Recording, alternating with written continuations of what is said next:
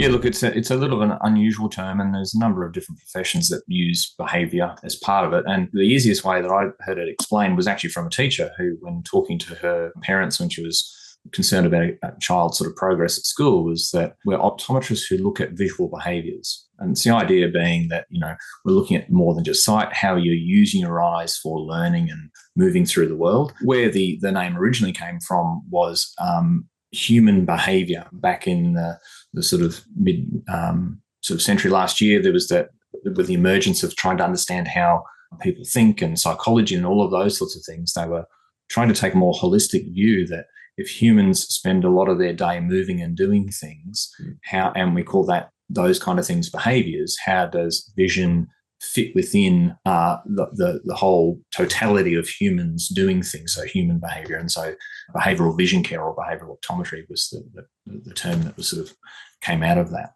So what are some of the everyday signs that someone's visual system may not be coping well, even if they can still see clearly? Yeah, and that's the thing. A lot of people, when they use the word vision, they're really just talking about sight. When we use the word vision, we're really looking at, how do you have the two eyes working together well as a team? How well is the two eyes working together work with your focusing? We have two channels, but we hopefully only see one perception of the world. So a single world out there that we can see, but we've got two channels. So the brain has to create a single image of the world and keep it clear at the same time. And so we're looking at how well that sort of thing happens. It's, your eyes have muscles. They need to move. They need to move in coordination with your rest of your body. So we loosely call that tracking. So how smoothly have you learnt to use your eyes free of your head or your body? And then the next phase is, if you are keeping the world single and clear and you're able to move your eyes accurately, are you able to understand and interpret what your visual input is? And you also need to compare that to what your ears are telling you and what the rest of your body is telling you through touch and smell and those sorts of things. And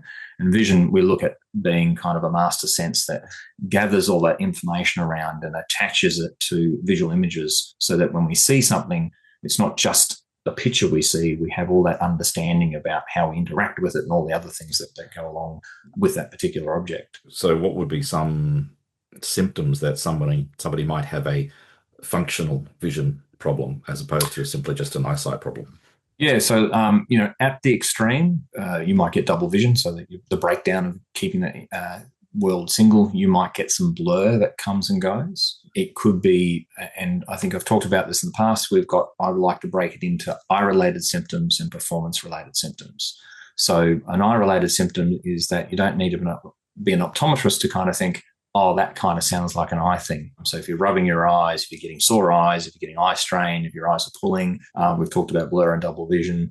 Sometimes people will make the leap that maybe headache could be a vision-related headache, because it occurs when they're doing a concentrated visual task like bookwork or study or using the computer. And then you get into more performance-related headaches. And so they're the sort of things where you're not concentrating well, or you're finding that you're not paying attention, or you're not reading as well as you think you should, or you're losing your place, or you're constantly having to go back and read something again to retain the information. And so they're more of those sort of softer signs that aren't necessarily obvious as being a vision problem. And in kids, it can be simply that you've got a child who's not performing to their potential. So you as a parent or you as a teacher might have a sense that the child is capable of a lot more, and they're just not achieving the kind of scores or output. And so vision can be a big part of that sort of problem. And it doesn't take much of a basic eye teaming or focusing problem in some cases to really pull apart someone's concentration. And that then those kind of problems extend into adulthood as well. So for something,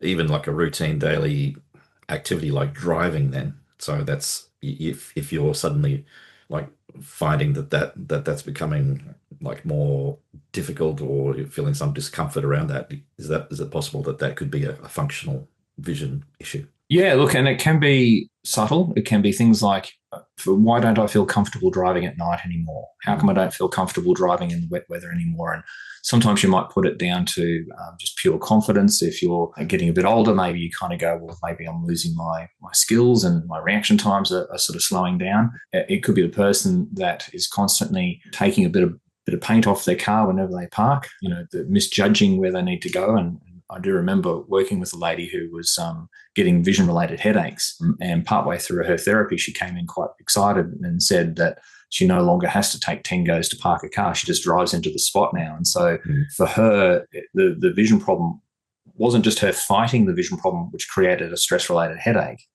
It was impacting on her ability to judge depth in the car, and